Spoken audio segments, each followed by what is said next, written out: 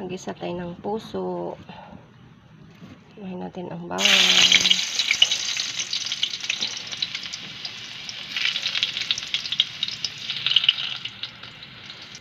Sibuyas. Sunod natin ang puso. Kunting asin. Chicken cubes.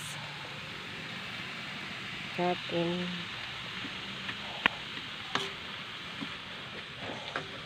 Huwag lalagyan masyado ng maraming asin kasi piniga ko na siya kanina na pagkagayat. Konting asin. Lagyan ko lang siya ng konting asin para hindi siya umalat. Pang-alis ng dagta guys ay yung asin. Pipigaan mo siya ng asin pagkatapos gayatin.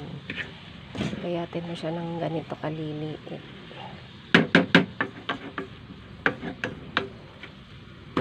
Tayo natin siyang medyo masangkot siya. Lumalab ang lasa ng ating cubes. Natin muna siyang takluban. Tingnan natin ang puso. Ayan. Usap na.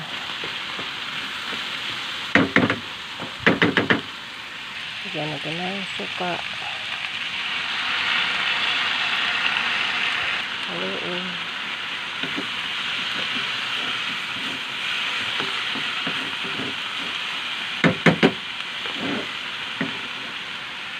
Lagyan ng kaunting sabaw.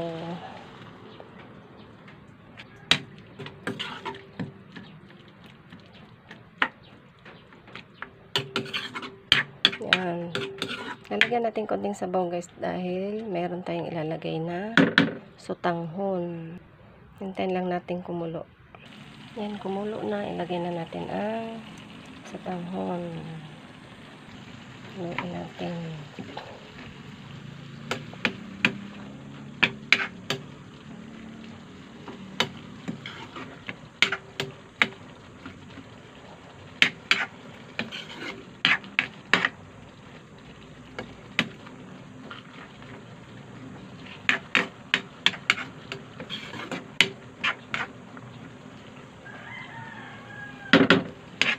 Yan.